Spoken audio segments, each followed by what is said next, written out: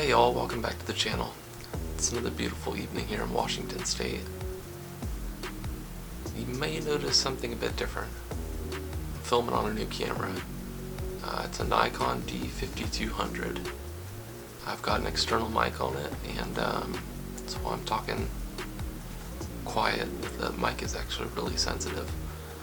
I'm still learning how to use this camera and learning the ins and outs, what best settings for video. I've been a still photographer for well over 10 years, so I'm familiar with digital cameras, DSLRs,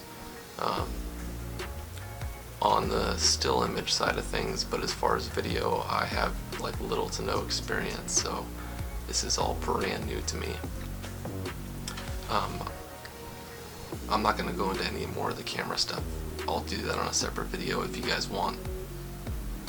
That being said, I really think that this camera is going to elevate the video quality on the channel.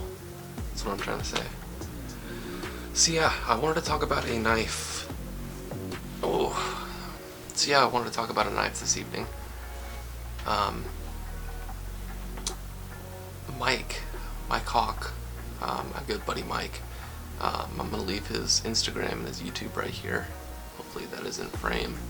Yes. Go check him out. He's got a really cool Instagram, and he's got a kick-ass YouTube channel that he started up not too long ago, and he does a lot of really cool stuff on there. So yeah, he's a good friend of mine, and he's a big supporter of the channel, so go check him out. Alright, yeah, we did a little knife swap. I have yet to send his. I had a little complication. I'm not going to go into it, but I'm sending his this week. You may or may not have seen it on the channel at some point. Not as a review. It wasn't in a video on its own, but you just may have seen it on the channel at some point. That's the only hint I'm going to give you. Anyways, we had this little knife swap thing set up where budget around $50. No CRKTs, because that's kind of like one of our go-to brands, and we both got a couple CRKTs, so wanted to change things up a bit. So yeah, the knife he got me is the Avion. No, it's the Contender Avion. Contender is the brand. Avion is the model. I kept getting that wrong. Where's the box? Okay. Here we go.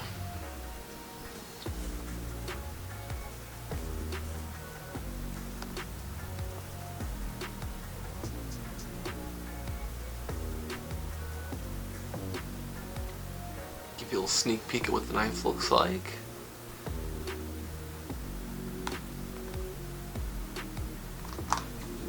And you're gonna have to forgive me. I'm really trying to learn this camera, and I'm gonna have to keep reminding myself to go back and forth between focuses. If there's a better way to do that, I know autofocus, but it makes too much noise in the video. So if there's a better way to do that, maybe I just need a different lens, like a dedicated vlogging lens that's gonna have a wider field of view and everything like that. Anyways, back to the knife. Let's check it out. I'm gonna try to get this in focus.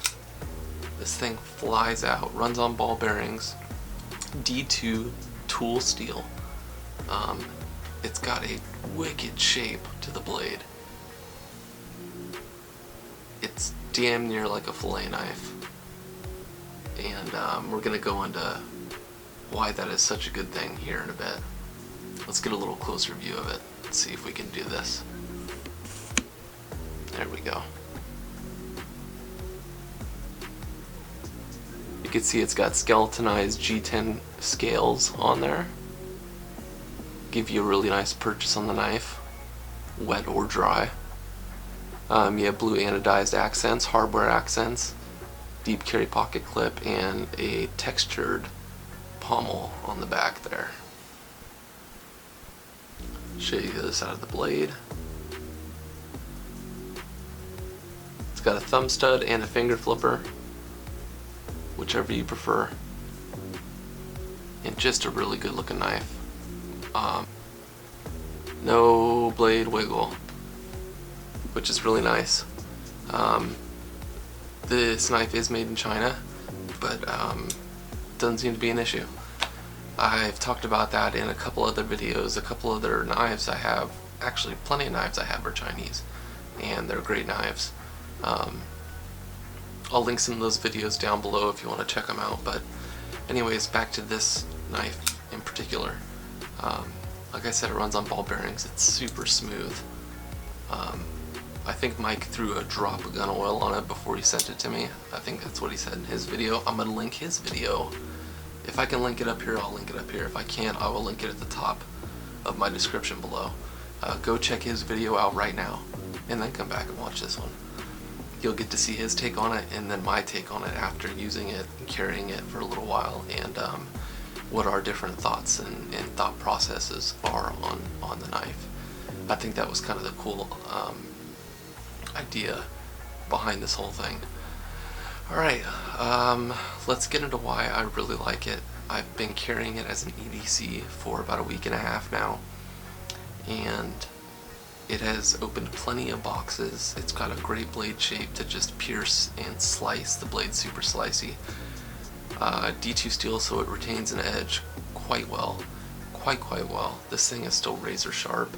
I will do some cutting here in a little bit. I'll have to change camera angles and do a whole different setup of that.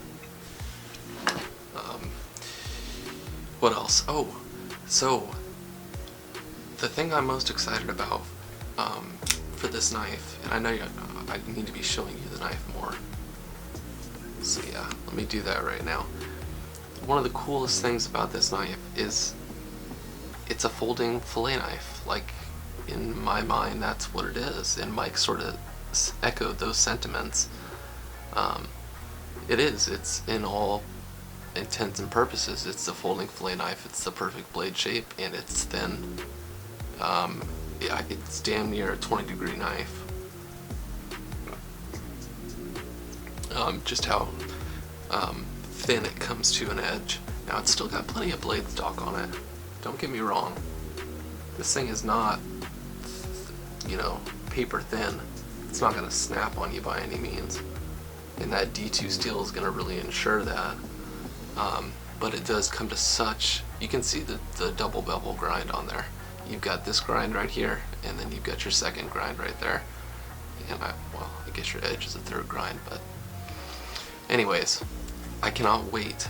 Let me keep this in focus. To fillet, gut, and fillet a fish with this thing.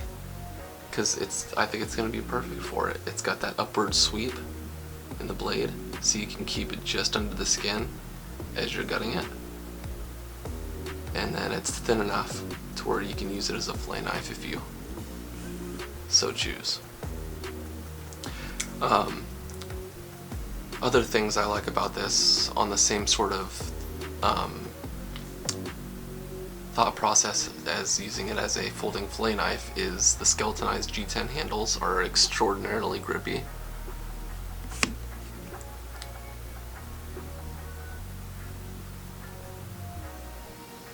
Extraordinarily grippy, even when wet. And they're skeletonized, so if you get up in there, if I can get it close enough, you can get a Q-tip in any crevice on this knife. So if you get any kind of scales or gunk or stuff up in there, whatever you can't blow out with a hose, or your faucet or whatever, you get up in there with a Q-tip and you can clean it all up. I like that it has a finger flipper with jimping on it. That's good. And it also has the thumb stud in case this gets covered in nasty slime or whatever, or you know, for some reason you can't use it. You have a second opening option right here, so that's pretty cool.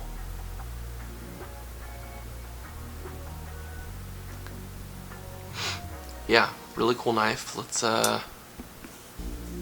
get into some cutting. Okay, so let's get into some cutting.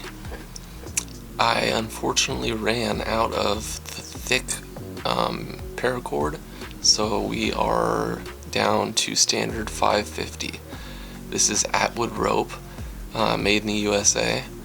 It's really good stuff. I suggest getting it if you can find it at your local hardware store. That's usually who carries it. Anyways, this is really good stuff. It's good, tough 550. So let's go ahead and flip that out. Ooh, that's smooth. And let's do some cutting with this thing. Now, I have not put an edge on it. Haven't touched the edge at all. I've done plenty of cutting, plenty of box opening, no filleting, and haven't gutted a fish with it yet, unfortunately. I will do an update video. I'll probably do a whole section of a catch and cook on this knife when I do it, but yeah, it's currently snowing outside, so it might be a little while. Anyways, let's do some cutting. Now I'm pretty sure this thing will just press cut. Yeah.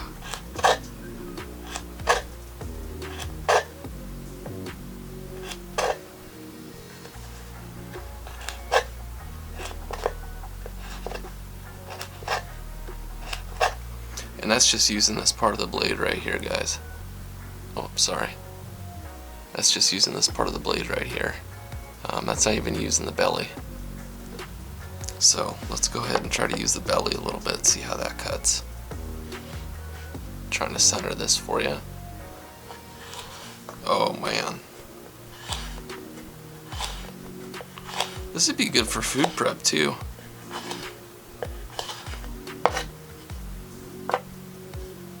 Such a cool knife. Thanks, Mike. I really appreciate it, brother. This thing is slick as snot. Alright, that's going to wrap up this little knife review. I really hope you enjoyed this video. I'm going to leave a link below, and there's going to be a lot of links in the description below. But there will be a link to Bud K, which is a knife website. That's where Mike found this knife. So if you want to get your hands on this knife, you can go to the link in the description below and find it there. Like I said, it's going to be budk.com, I believe. So again, thank you, Mike. I really appreciate it. Yours is going to be in the mail this coming week. Sorry for the delay, but I really think you're going to be jazzed on this knife. It's pretty sick. So okay, I hope it did a decent job at keeping myself in focus throughout this video. We will see when it comes time to edit this thing. Alright, that's going to do it. Thanks for the continued support in the channel. The last video I posted was a mystery tackle box unboxing, and it did pretty well. So that was good. That's always encouraging. And we're up to 88 subscribers on the channel, which is also very encouraging. So see you in the next one.